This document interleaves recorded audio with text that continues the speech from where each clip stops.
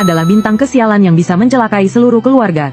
Dan ibunya satu-satunya yang normal, keberuntungannya juga sedang terkikis. Sebagai reinkarnasi Taoti, si bayi kecil tak tahan lagi melihatnya. Ia bersumpah akan menelan semua kesialan dan kutukan. Semua ini adalah harta karun yang lezat dan bergizi. Benda jahat yang unik ini juga merupakan harta karun. Si bayi ngiler sampai membasahi lantai. Tanpa sadar sudut bibirnya menyunggingkan senyum licik. Namun di mata ayahnya Li Hongxuan, putrinya tersenyum padanya begitu baru lahir. Hatinya serasa meleleh melihat kelucuannya. Saat ini Tuntun sedang memegang baju si pembawa sial dengan satu tangan. Ingin orang ini membawa benda jahat itu kepadanya. Sayangnya si ayah bodoh sama sekali tak mengerti maksud Tuntun. Detik berikutnya dia langsung menangis kencang. Seseorang bergegas menghampiri dan menggendongnya. Belum juga 2 langkah berjalan, tangisan Tuntun semakin menjadi-jadi. Kepalanya menoleh ke arah si ayah bodoh. Tangannya terus melambai-lambai ke arahnya. Saat itulah Li Hongxuan akhirnya mengerti. Putrinya menunjuk ke arah pinggangnya. Liontin Giok ini hadiah dari ayah kaisar. Sejak kecil dia memakainya dan tak pernah dilepaskan. Tepat saat Li Hongxuan hendak melepas Liontin Giok itu, orang di sampingnya panik dan segera mencegahnya. Jangan Yang Mulia, ini pemberian dari Yang Mulia Kaisar. Tidak boleh diberikan kepada bayi untuk mainan. Tetapi Li Hongxuan sama sekali tidak peduli. Dia langsung memberikan Liontin Giok itu pada Tuntun. Asalkan putrinya menyukainya. Tuntun memeluk Liontin Giok itu dan tertawa senang. Sayangnya dia tak punya gigi jadi tak bisa memakannya. Hanya bisa menghisap aura hitam pekat ini. Melihat adegan ini, Li Hongxuan tak tahan untuk mengelus wajah mungilnya. Demi aura hitam yang begitu banyak ini.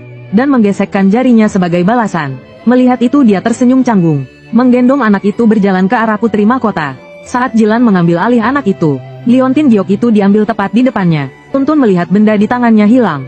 Seketika langsung menangis kencang. Wan Ji langsung panik dan buru-buru menjelaskan.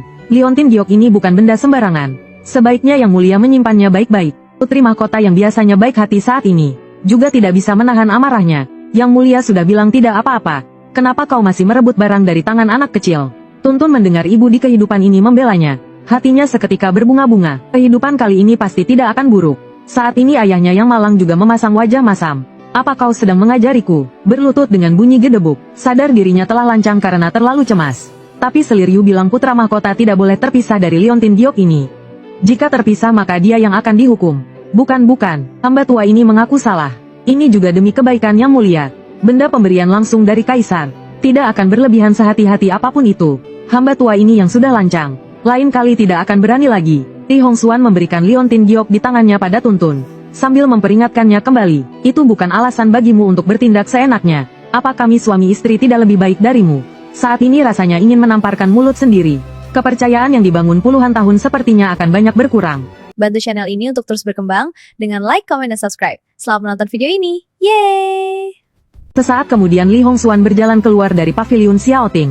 Di jalan dia merasa sesak di dadanya banyak berkurang. Tumben sekali merasa segar dan bersemangat.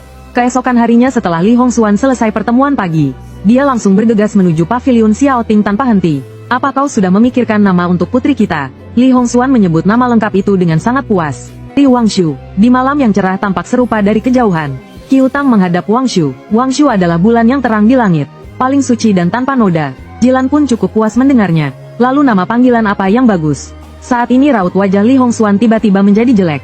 Setelah beberapa saat dia dengan susah payah mengucapkan 2 kata, Tuntun. Seketika suasana menjadi hening. Jilan sejenak mengira putra mahkota sedang bercanda dengannya. Li Hongxuan ingin menjelaskan bahwa semalam dia bermimpi tentang seorang gadis kecil bertaring runcing menunjuk dirinya dan berkata, Ayah sial, namaku Tuntun. Kalau tidak, aku akan memakanmu habis. Tapi alasan ini lebih baik tidak diucapkan. Setelah beberapa kali ragu-ragu dia hanya bisa memasang wajah dingin. Aku punya pertimbanganku sendiri. Panggil saja dengan nama panggilan ini. Kemudian menggendong putrinya dan berjalan-jalan di dalam ruangan. Tuntun melihat ayah di kehidupan ini memiliki alis dan mata yang lembut. Memang benar dia pria yang sangat berwibawa. Tapi dari penampilannya, bagaimanapun tidak terlihat seperti orang sial. Tuntun tiba-tiba menyadari bahwa di tubuh ayahnya tidak ada aura keberuntungan kekaisaran berwarna ungu. Pantas saja sial. Inilah yang disebut mengambil barang yang bukan miliknya. Takdirnya tidak akan berjalan terlalu lancar. Tapi orang ini adalah ayahnya di kehidupan ini. Dia masih harus bergantung pada keluarga ini untuk menyerap lebih banyak harta karun. Perebutan tahta kekaisaran manusia adalah pertarungan hidup dan mati.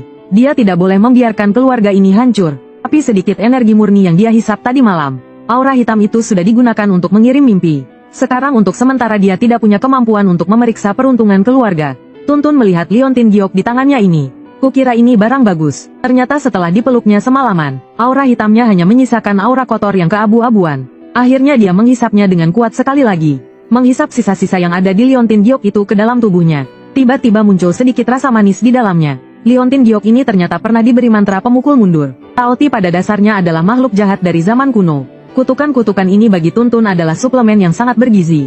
Setelah selesai menghisapnya dia membuang Liontin Giok itu dengan jijik. Melihat itu Li Hongxuan mengambilnya tanpa merasa jijik.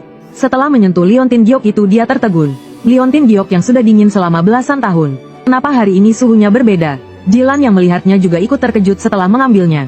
Pasti dihangatkan oleh Tuntun ya. Setelah merasakan kehangatan di atasnya, Jilan bertanya tentang asal-usulnya. Kang Hongxuan mengingat sejenak. Seliryu membuat 2 liontin dari giok. Ayah Kaisar mendengar dari guru negara bahwa giok itu bisa menyehatkan tubuh. Jadi dia mengambil 1 dari Seliryu untukku. Dan Seliryu adalah ibu angkat putra mahkota sebelum berusia 8 tahun.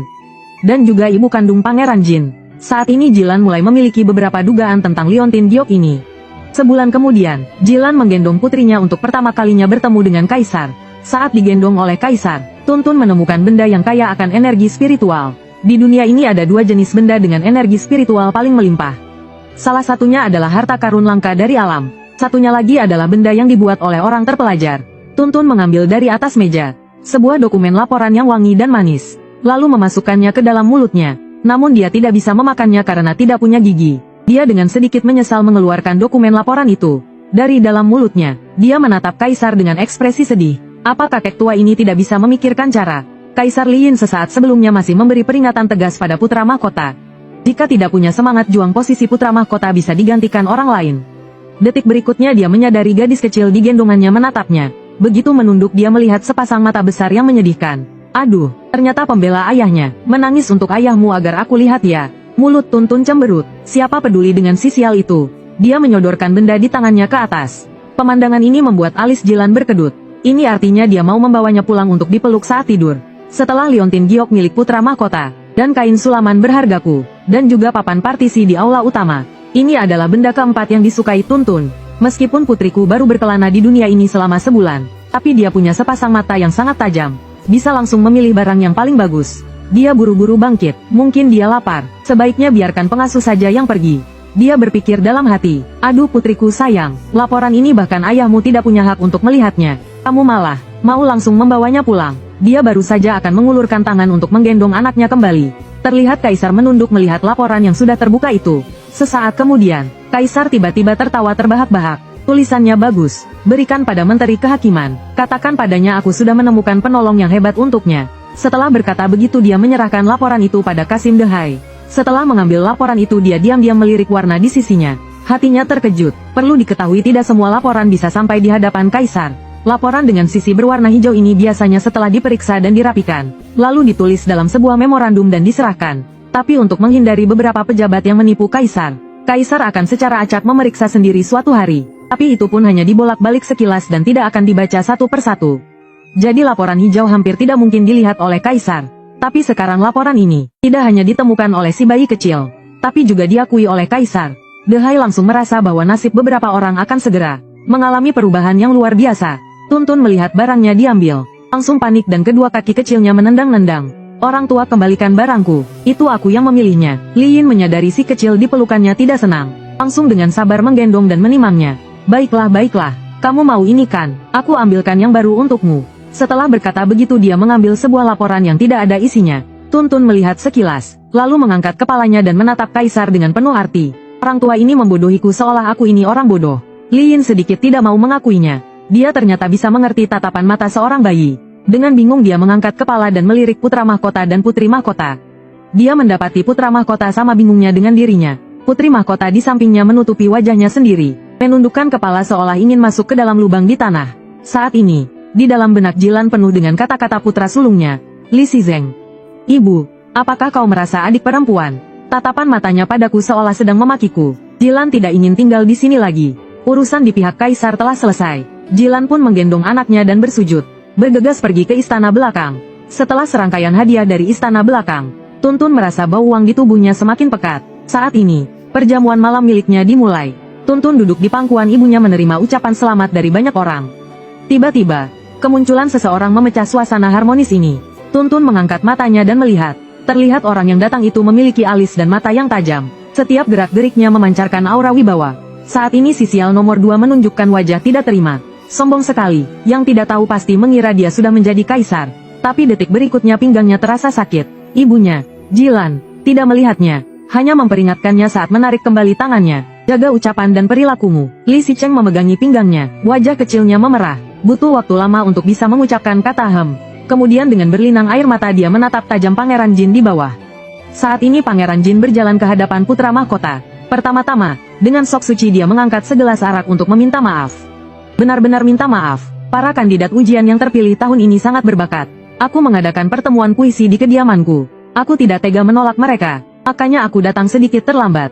Selesai berbicara, dia mengangkat gelas araknya dan meminumnya sampai habis. Kemudian meletakkan gelasnya dan tersenyum. Di antara mereka ada beberapa yang sangat tidak asing. Sepertinya orang yang disukai yang mulia. Aku tidak suka dengan gaya orang pelin-pelan seperti ini. Tapi mereka bersikeras untuk tetap tinggal. Aku juga tidak enak menolaknya. Begini saja yang mulia putra mahkota. Bagaimana kalau mengirim orang untuk menjemput mereka? Kalau terjadi sesuatu aku tidak sanggup menanggung kesalahannya. Begitu selesai bicara, orang di sebelahnya langsung menimpali. Benar, benar, bagaimanapun juga yang mulia putra mahkota adalah pewaris tahta. Jadi lebih baik segera dijemput kembali. Setelah ucapan itu selesai, semua orang Pangeran Jin yang hadir serempak menutup mulut dan tertawa diam-diam. Pejabat sipil di belakang putra mahkota melihat ini dan mulai angkat bicara. Lancang, kalian semua tidak menganggap hukum dan tidak tahu sopan santun. Percaya atau tidak aku akan melaporkanmu sekarang juga. Hanya karena sekelompok sarjana sudah membuat Pangeran Jin begitu berpuas diri. Menurutku sikap Pangeran Jin juga tidak seberapa. Pangeran Jin yang tadinya bangga, kini wajahnya pucat pasi. Dia tidak tahu bahwa beberapa provokator ini sengaja dibawa oleh putra mahkota. Boleh kalah orang tapi jangan kalah gengsi. Li Hongxuan tidak punya kebiasaan membiarkan dirinya dihina orang lain. Pangeran Jin yang tidak terima baru saja akan membalas dengan sindiran. Tapi diinterupsi oleh sebuah suara. Kaisar telah tiba. Orang-orang yang menonton seketika mengubah raut wajah dan berlutut dengan hikmat. Jilan juga menggendong anaknya lalu berdiri memberi hormat.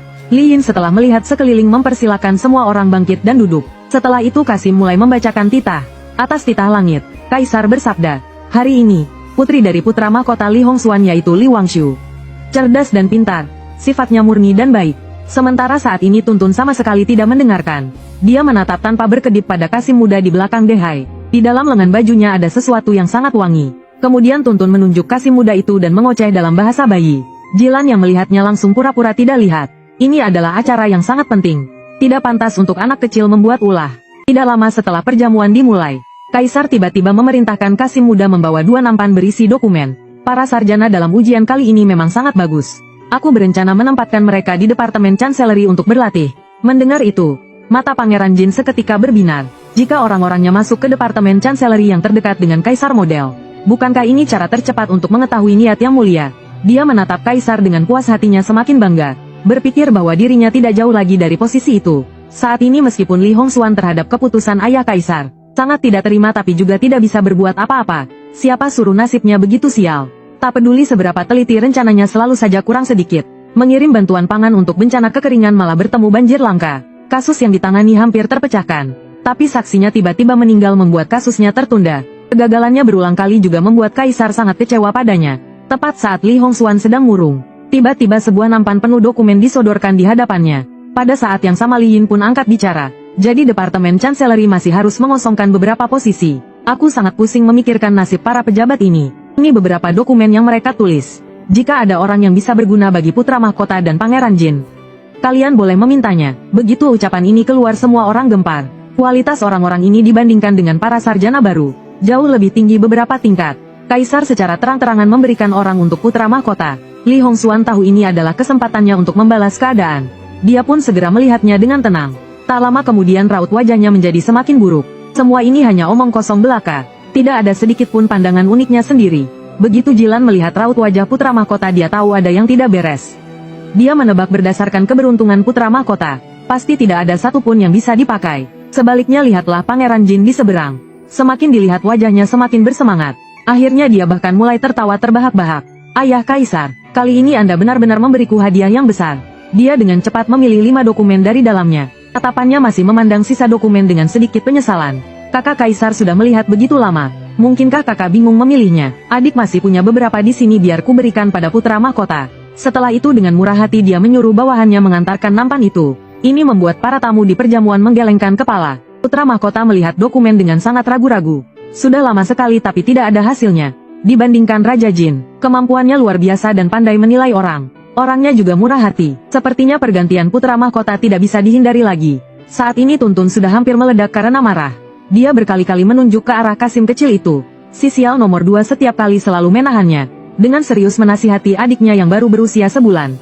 Sebagai seorang putri harus bersikap anggun dan berwibawa. Tuntun memutar bola matanya setelah mendengar itu. Anggun apanya berwibawa apanya, melihat harta di tangannya akan dibawa pergi oleh Kasim kecil.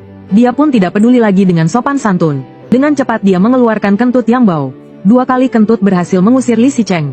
Kemudian terdengar suara tangisan Tuntun yang penuh amarah. Hati Jilan saat ini sepenuhnya tertuju pada Li Hongxuan. Mendengar teriakan anaknya dia menoleh dan langsung meragukan hidupnya. Kenapa sepertinya aku mendengar anak ini memaki orang? Dia menatap Tuntun. Seketika sebuah ide muncul di benaknya. Di kursi perjamuan yang hikmat dan sunyi. Semua orang menghentikan gerakan mereka. Terlihat Jilan dengan wajah memerah cepat-cepat menyerahkan anak itu kepada Li Hongxuan. Lalu berbalik dan segera pergi. Tindakan ini membuat para pejabat yang mendukung putra mahkota menunjukkan ekspresi kecewa. Permaisuri putra mahkota tanda kurang lebih. Begitu tidak sopan. Secara terang-terangan mengganggu putra mahkota mengurus pemerintahan. Benar-benar wanita bodoh yang tidak tahu apa-apa. Li Hongxuan menerima anak itu. Langsung mengerti maksud istrinya. Tidak peduli apa kata orang. Li Hongxuan tanpa berkata apa-apa menggendong Tuntun dan mulai membaca dokumen. Sekarang bukan waktunya dia membela istrinya. Dia bisa mengingat dendam ini. Tuntun yang mendengar ada orang menyalahkan ibunya mengepalkan tangan mungilnya dengan marah. Beraninya menindas ibuku ya, orang-orang tua bodoh kalian tunggu saja pembalasanku. Urusan pemerintahan omong kosong, hanya setumpuk kertas bekas di atas meja. Tuntun dengan kesal menatap Kasim kecil yang akan pergi jauh. Segera mengulurkan lengan mungilnya menunjuk ke punggung itu. Lalu dengan suara bayinya mengeluarkan teriakan yang gagah. Li Hongxuan memperhatikan gerakan putrinya di gendongannya. Mengikuti pandangan putrinya dan melihat seorang Kasim kecil. Dia langsung memerintahkan pengawal untuk menangkapnya. Kasim kecil itu terkejut ketakutan. Dia langsung berlutut di tanah dengan tubuh gemetar hebat. Melihat penampilannya yang penuh rasa bersalah ini jelas ada yang tidak beres. Li Hongxuan menggendong anaknya dan berjalan lurus ke arah Kasim kecil itu. Ledah tubuhnya untukku. Mendengar itu wajah Kasim kecil itu menjadi pucat dan semakin gemetar. Tak lama kemudian pengawal menemukan sesuatu dari tubuh orang ini. Sebuah dokumen diserahkan kepada Li Hongxuan. Semua orang yang hadir pun menarik napas dalam-dalam. Beraninya dia melakukan trik secara terang-terangan. Bahkan berani melakukannya di hadapan kaisar. Saat ini wajah Li Yin menjadi gelap. Dia dengan santai membolak-balik dokumen yang ditemukan itu. Terlihat kilasan kekaguman di dasar matanya. Terima kasih banyak sudah menonton video ini sampai selesai. Jangan lupa klik like, comment, dan subscribe. Bye-bye.